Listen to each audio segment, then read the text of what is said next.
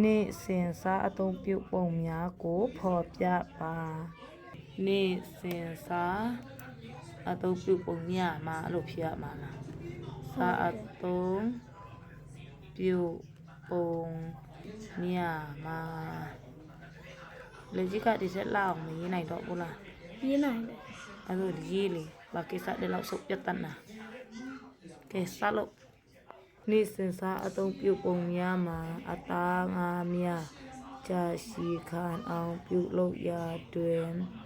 လဲကောင်းစားလက်ကောင်းနောက်ပြီးတော့ဘယ်မှာသုံးသေးလဲလက်ချောင်းနာတို့သုံးမှာလက်ချောင်းနာနဲ့သွားနာပါကငါတတ်ကိုဘလို့ရေးတာလဲအောက်ကနေအပေါ်ကိုဆွဲရမှာနော်တမိကအပေါ်ကနေအောက်ကိုဆွဲနေတာ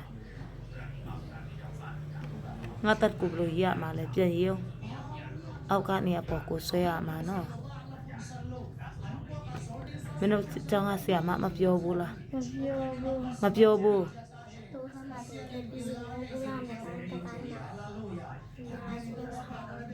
အင်းစာရေးတာနည်းနည်းပြောင်းပြန်နေများနေပြီနော်ကဲဆရာမဒီကပြောသည်ဖြစ်စီမပြောသည်ဖြစ်စီဒီမှာအမေကပြောပြီးဆိုတော့ငါတတ်ကိုအောက်ကနေအပေါ်ကိုဆွဲမယ်